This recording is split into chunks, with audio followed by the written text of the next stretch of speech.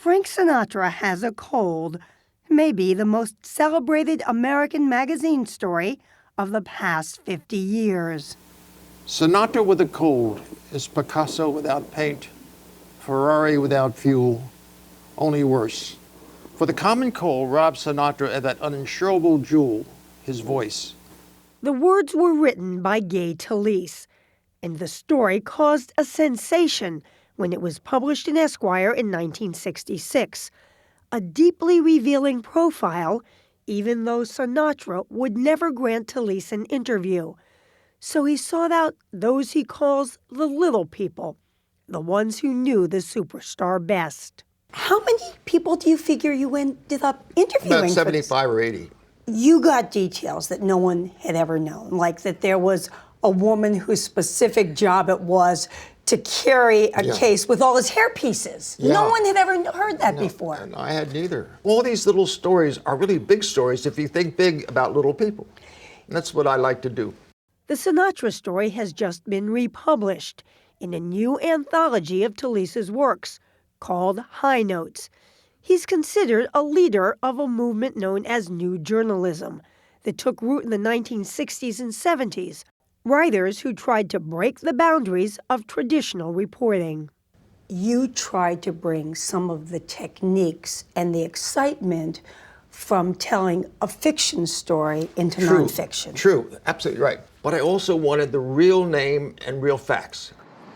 Talese, who owns this stylish Manhattan townhouse, could be a character in one of his own stories. Look at this. For one thing, he's a clothes horse with a wall of closets. The closet here has all dark suits. These are evening suits. I would not wear what I'm wearing now in the evening necessarily. No surprise, young Gaetano Talese, his full name, wore clothes handmade by his father, an immigrant Italian tailor. But Talese says it was in his mother's Ocean City, New Jersey dress shop that he learned to listen. I was an eavesdropper. I was 10, 11, helping out in the store. He started covering sports for a local paper while still in high school, and after college got work first as a copy boy, then a sports writer for the New York Times, drawing praise for his offbeat stories. For example, I'd write a profile of the guy who goes to the prize fights and rings the bell between rounds. Within a few years, he left to write full-time for magazines. Soon, articles expanded into books. His 1969 bestseller, The Kingdom and the Power, turned a piercing eye on his old employer, the New York Times. You pulled back the curtain on what before then had been a very private, closely held world. It's true. Did you lose any friends because of it? Well, I certainly did have some enemies. But the point was, in those days, journalism was accustomed to writing about the world, but not having the world write about them. In Honor Thy Father, his book on the Bonanno organized crime family, he got so close to his subjects that people questioned whether he was making some of it up. But Talese keeps details of every one of his interviews in a basement office he calls the bunker. The records of every story collected in boxes covered with collages he makes himself. There are files covering every period of his life. 1980, best and worst year of my life. Is that true? Yeah. And 1980 So far, it was the first year I knew what it's like to be rich. And it's the first year I knew what it's like to be so denounced as a writer that my presence was, in many cases, voided and certainly avoided. That was because word got out about his unorthodox reporting methods for Thy Neighbor's Wife, his blockbuster study of the changing sexual mores in America. You managed a massage parlor. That's true. You took up residence at a kind of nudist colony swingers resort. Is that right? Not kind of, it really was. It was everything you say. You acknowledged your own sexual I wrote escapades about in it writing in this that- book? I wrote about it.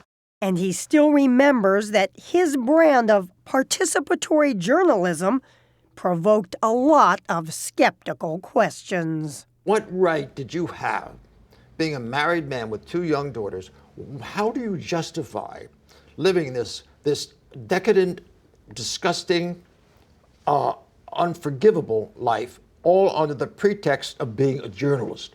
What about your poor laboring wife? That laboring wife knew what I was doing. Does it make it justified? No, I don't know, but I'm a writer, and that's it. That wife is Nan Talese, the calm to his storm. They've been married for almost 58 years.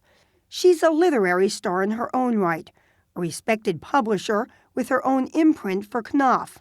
Her take on her husband's bad boy behavior? He says if you go to an orgy, you can't just watch an orgy. You have to be part of I it. think he was always there, and I used to giggle because I used to think he was on the telephone, on a wall phone with no clothes on. I had promised that I would never do anything to interfere with his writing. I mean, I always knew he loved me, and I didn't think anything made any difference. Why do you think this marriage has endured all these many years? I have never found anyone as interesting as he is. I mean, he really is interesting. Interesting and controversial.